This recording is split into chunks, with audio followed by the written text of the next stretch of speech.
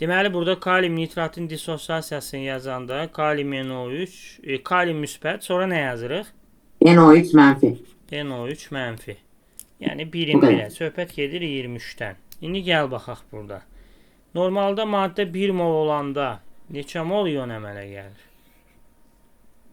2 mol. 2 mol. Əla. Yuxarıda da 2 mol yazırıq.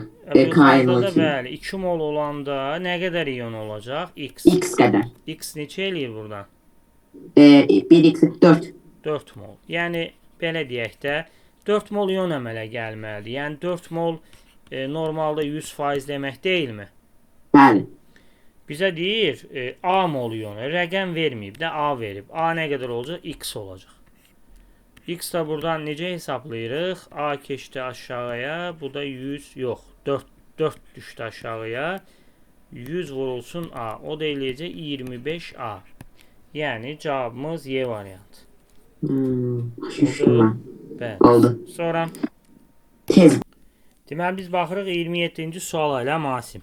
Bəli. Deməli maqnezium xloridin elektrolizi necə gedirdi?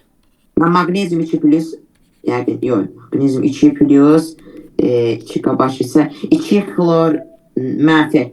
Əla. 2 xlor mənfi.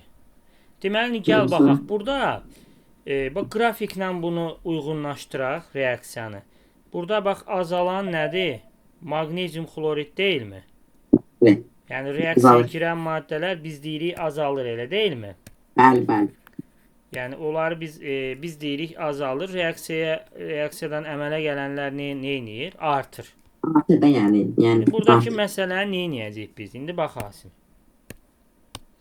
Burada maqnezium xlorid neçə mol götürüb?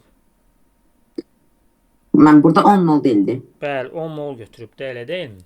10 mol götürəndə indi birinə götürək də burada birini verməyib, amma burada 2 dənə ion verib. Təbii ki, bu maqnezium ionu olacaq.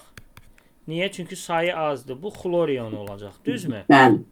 10 mol olanda indi xloru verib də, maqneziumu verməyib. 10 mol olanda buraya yazacağam X. Görə nə qədər xlor olasıydı? 1 mola 2 moldur. Bu tənasibdən X neçə eləyir? 20. 20. Əla. Deməli bizdə tam dissosiasiya geçsəydi, hamısı dissosiasiya eləsəydi, daha doğrusu 20 mol ion əmələ gələsiydi. Məndən də dissosiasiya dərəcəsini soruşur. Yəni normalda 16 əmələ gəlib, amma 20 olmalıydı, vurulsun 100. Bu da 80%. Yəni bunun məsələsi budur. Və yaxud da 20 olmalıydı, bu 100%-a uyğundur, tam 100% dissosiasiya. Bizdə 16 verib. Burada da X-dir. X buradan da edir 80%. Belə də tapa bilərsin. Baş sala bildim.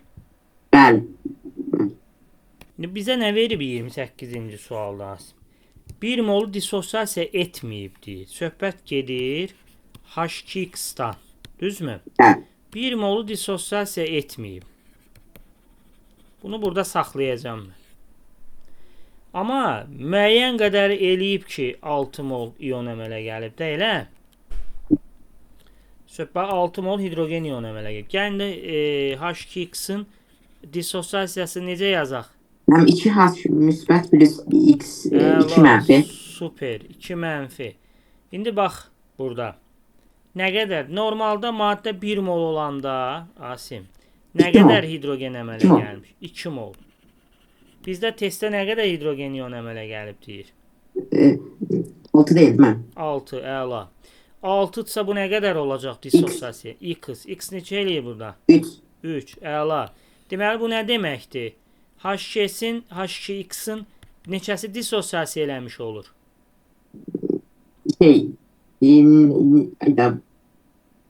Necə mən?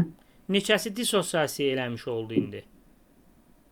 Mən 3 mol, 3'ü tapdıq. Bəli, 3 molu. 3 mol. Bəli.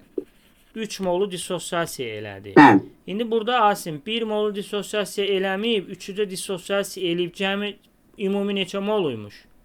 4 mol deyil, değil mi? 4 mol. 4 mola 100% deyək. Aha.